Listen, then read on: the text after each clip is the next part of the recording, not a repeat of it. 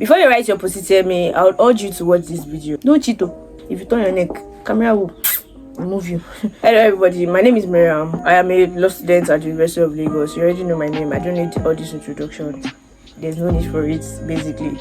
So the purpose of this video is because a couple of you, in fact a lot of you, have decided to go to my social media platform apart from WhatsApp and Snapchat because it's private to me. You have taken it to TikTok, Instagram, YouTube to ask me questions regarding how to pass your Post-UTME. Some of you has gone as far as giving me all your details, your JAM score, your WAEC results, everything, and I'm wondering, I'm not Post-UTME or UNILAG staff, so what am I supposed to do with this? So instead of me answering every single person, and which I know I cannot do, I decided to make a video. And I know that by the time you guys watch this video, it'll be like 2 days to your exam basically. So I just said, okay, let me put out this video explaining things I know. UNILAG is the acronym for University of Lagos, and the University of Lagos is known to be nation's pride and University of First Choice. Personally, I don't know why they call them nation's pride though, but being the University of First Choice, I understand because it's a federal university and federal universities cannot be like second choice, so you have to pick every federal university as your first choice. And people usually pick University of Lagos because it's the most sought after, because it's one of the prestigious universities in Nigeria based on the fact that they have international recognition. Their reputation is solid, and this is as a result of the quality of students they churn out year in, year out. So if you as an aspirant want to study at the University of Lagos, and for them to pick you out of thousands of people applying for a spot in this school, you need to ask yourself, why should they pick you? What makes you different from the other person? What makes you stand out? So all these questions should be like popping in your head, and the only answer to it is in this video. So without further ado, let's get right into it. Just to put a disclaimer out there, first, the information I'm going to give you today is 7 years old. Yes, I gained admission to study in this school in 2017, and I did all the processing. That means like I wrote JAM, WAEC, NECO, mock, graduated secondary school, applied to UNLAG, Post-UTME, got admission that same 2017. So the information I'm giving you today is 7 years old. So I will not urge you to take it like a fact. I'll just say it's like a guide.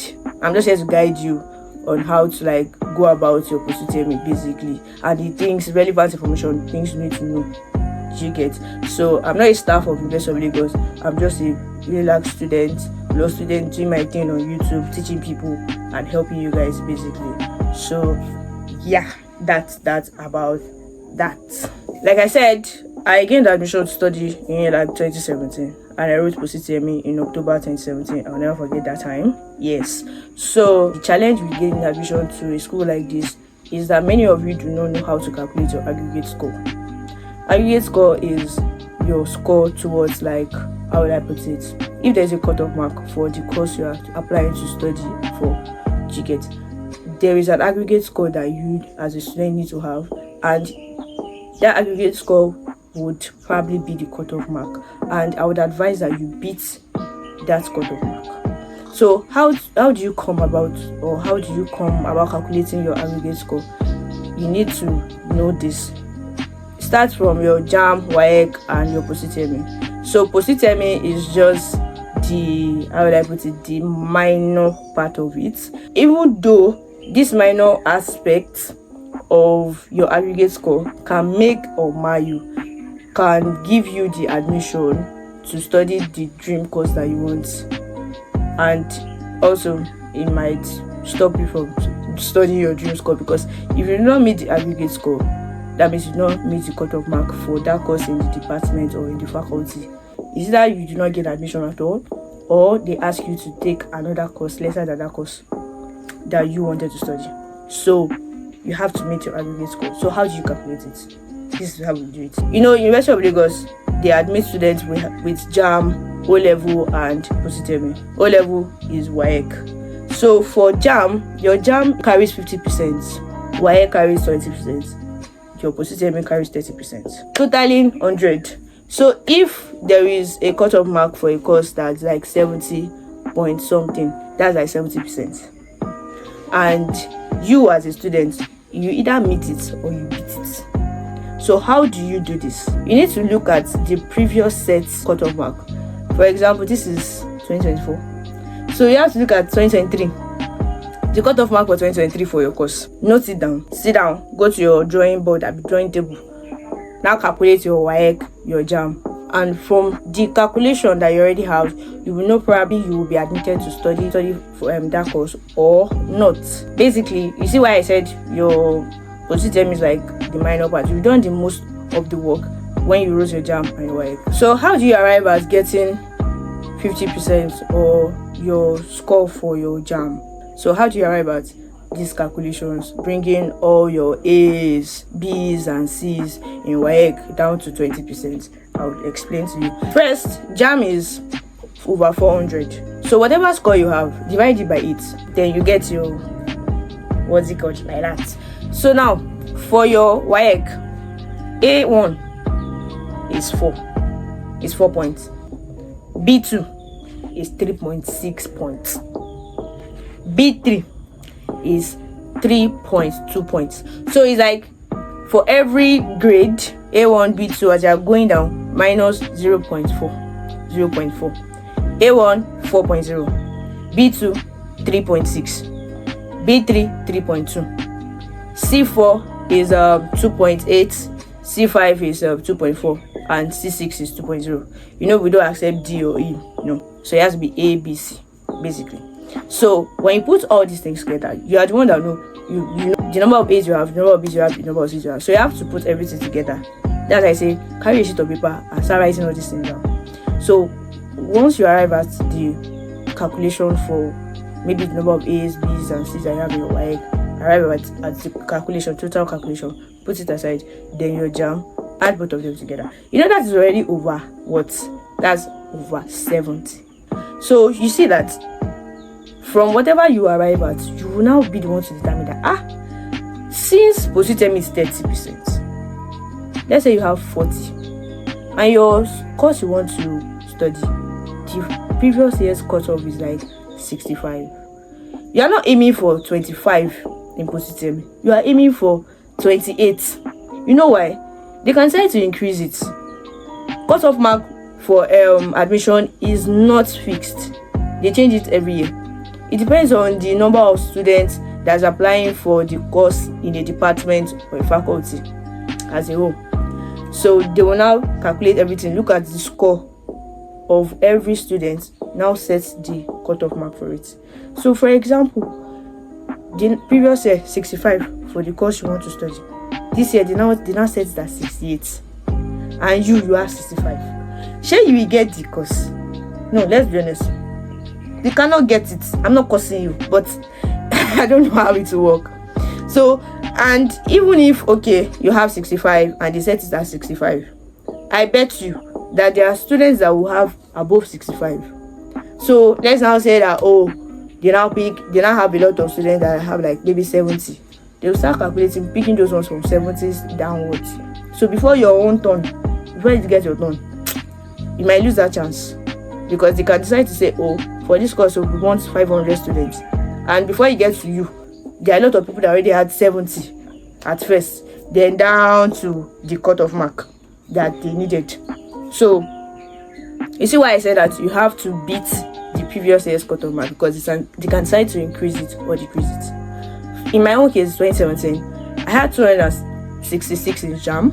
I had 2 A's, 5 B's and 2 C's in WAEC, and my post-UTME was about 21/30. So for someone like me that had 266 in JAM that wanted to study law, I was scared. Now I am trying to point out the aspect of you determining your admission chances by knowing your JAM score. You have to decide your fate by yourself. Before they will not say, this is what you want to do. That's when you now have to like put in a lot of effort in fasting and prayer. 2016, the cutoff for law was 70. So me, I had 266 in JAM, 2 A's, 5 B's, 2 C's.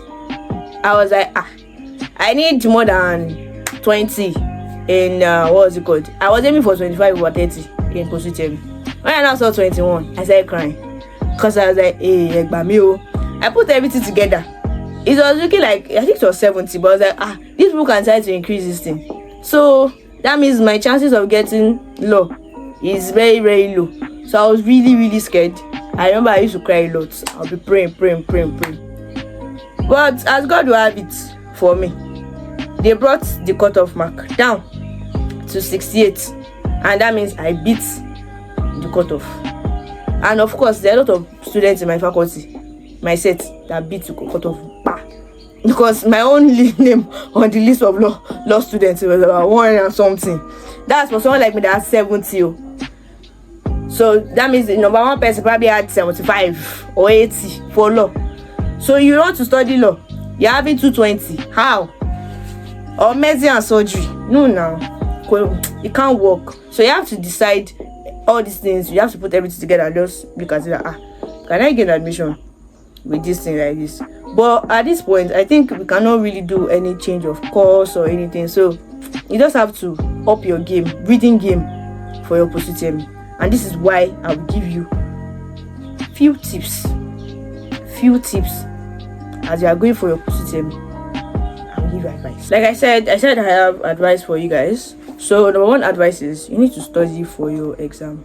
This is how post-UTME is. Post-UTME is 40 questions that will cut across like 3 subjects: English, mathematics, and general paper.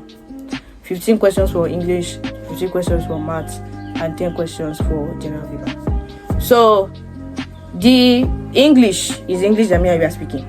The mathematics is not different for everybody. It's the same thing. So it's not like, because you want to study medicine and surgery, you'll be not seeing further maths. No. Or you'll be seeing physics. No. It's same maths. If they give somebody quadratic equation, you will see it too. You will see quadratic equation. It's the same thing. If they give another person differentiation, you will see your own too there. So it's the same thing. And note that they will not put everything like English 15, maths 15. No, they will scatter everything. As you are, number 1 can be English, number 2 can be general paper, number 3 can be mathematics, 4 mathematics, 5 mathematics, can be seen like that. They will scatter everything. Do you understand? Then general paper is like general paper. Let me explain that part. General paper is current affairs, international current affairs, Nigeria current affairs, Africa current affairs, the University of Lagos information. They can ask you questions like indeed and dash. So if you're already read up on University of Lagos, you know that indeed and the truth is their motto. So they can ask you, where was the university founded? If you read up on it, you know. They can ask you that who was the 5th VC? Any question. So you have to read about University of Lagos.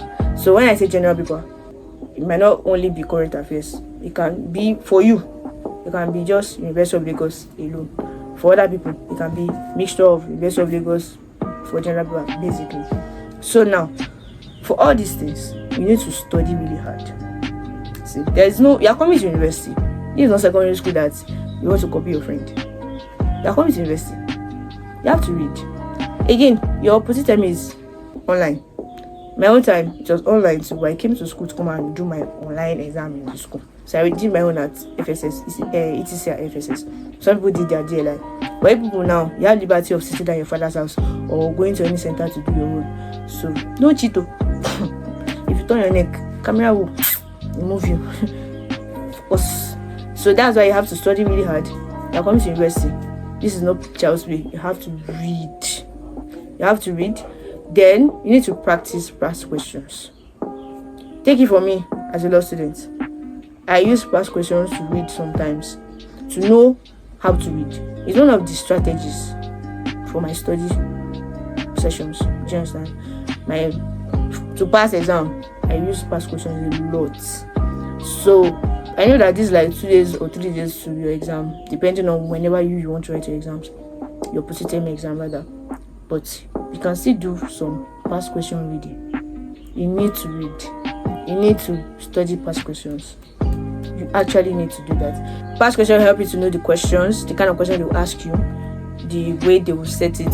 So studying past questions will help you to like familiarize yourself with the way they will set the question, how they will word the questions, some things like that. And they can be very lazy that they will not want to start starting new questions. Do you understand? So if you have been reading past questions, they can even repeat some of them. So studying past questions will really help you. From me personally, I would say that you need to be very calm when you want to write your exam. You cannot write any exam when you are fidgeting. You cannot write an exam. You cannot be okay. You cannot. You need to make sure that you are in your best self, best mood when you want to write the exam. Because I think one of the things that made me get 21/30 when I wrote my Post-UTME in 2017 was the fact that I was stressed throughout the day. My center was DLI, and you know that it has been changed to ETC at FSS. So I first went to DLI. I was there from morning to night under the sun. I was tired, pushing, doing all sort of. See, the story was crazy. That was crazy. Then when I got into the exam, and I sat down on the computer, logged in, put in my login details. Then I said that this is not my center, and I had to rush. I started running to ETC. So put all these things together. The circumstances surrounding me writing the exam was just not it. So I could not. I feel like it really affected me. I could have done better. So you need to calm down, make sure you sleep, eat, relax, and take your exam. I believe everything will be fine, and I really hope you guys get the course you want to study for, and I pray that you get everything that you want. Basically, the whole process will be seamless for you guys. If you found this video helpful, subscribe to my channel. Yeah, subscribe, because you don't want to know where I'm going right now. I'm going for LMN. I have to sit down and edit this video and upload for people to watch it. Subscribe to compensate me. Then comment any question you have. I will try my best to answer your questions in the comment section, and I will drop a link to how you can calculate your aggregate score in the description box below. So make sure you click on the link and use it as a guide. Basically, again, this video is a guide. It is a guide. I hope I have done my best. Thank you so much. I'll see you guys in my next video. Bye.